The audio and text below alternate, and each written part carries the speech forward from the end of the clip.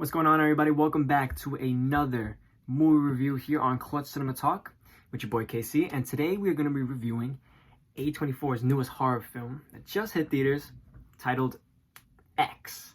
X, directed by Tim West, starring Mia Goth, Jenna Ortega, and my man Kid Cudi.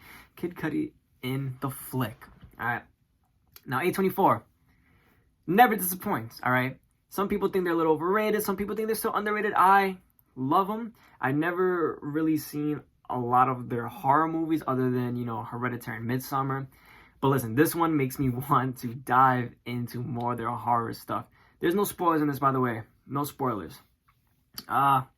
This is the third horror movie. Like I said, I only seen those two. But this one, wildly entertaining. I loved it. It was kind of like a slow burn, even though it's only an hour 45 minutes. But I wouldn't change a thing about it. Just a little quick synopsis about it. It's just basically about these group of people who go and rent out a little shack in Texas, and they're making an adult film. They're filming it, and what could go wrong? What could go wrong? It's a slasher movie, so that's basically what it is. And all right, let's talk about it. Let's talk about it. It's an adult movie. It's about porn. Okay, we can all talk about it. It's fine. And interestingly enough, where did I write it here? I wrote it down here somewhere.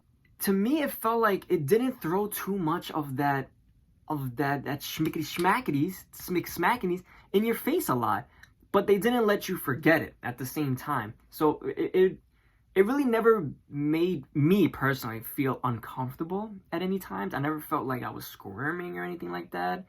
I never felt uncomfortable about it.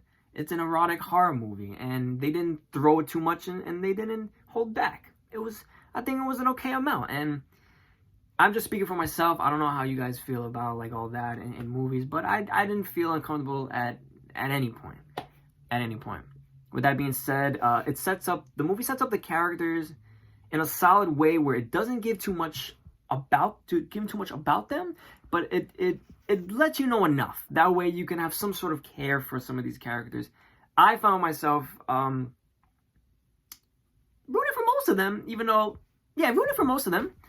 But even at the end of the day, we go to see these slasher movies to see the gory deaths, right? We go to see these how they're gonna die. And it was a little underwhelming.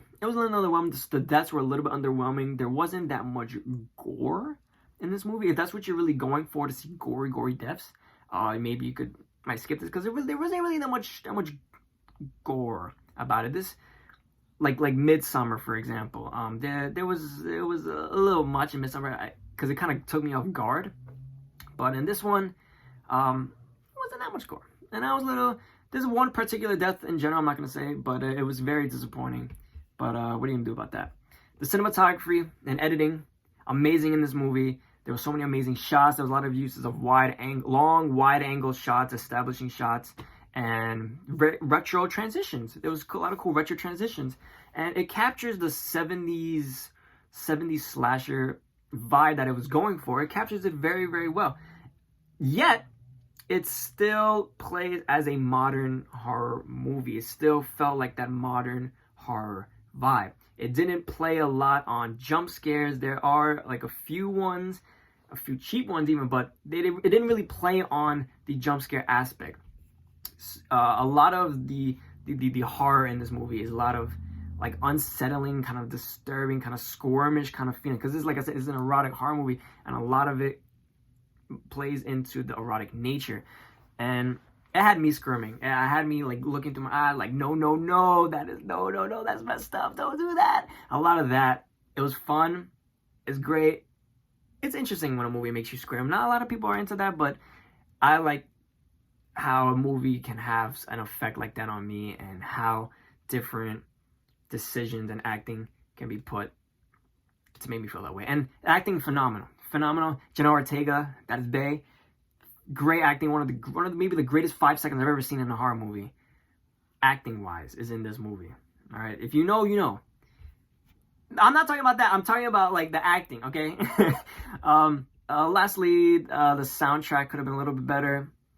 Could have been a little bit more 70s in there, but that's my opinion. That's a little nitpick. But overall, it's a solid, fun, erotic horror slasher film that it diverts from the classic slasher movies and from the expectations in terms of, you know, who's going to survive and who's going to die. It's best going in knowing nothing. I think that's the way you should watch horror movies, going in knowing very, very little. That way you get more into the movie, and you could feel a little bit more surprised and invested and a little bit more scared when you're watching it. So I definitely recommend this a watch. Definitely recommend it. This is, I think, was very, very good, very, very entertaining. I don't think it's better than Hereditary, maybe than Midsommar, but I have to rewatch it over again. But this is definitely worth a watch. I recommend it to most of you guys. So let me know if you liked X. Let me know if you want me to talk about spoilers. But until next time, I will see you guys in the next video. All right? Cool. Later, people. Adios.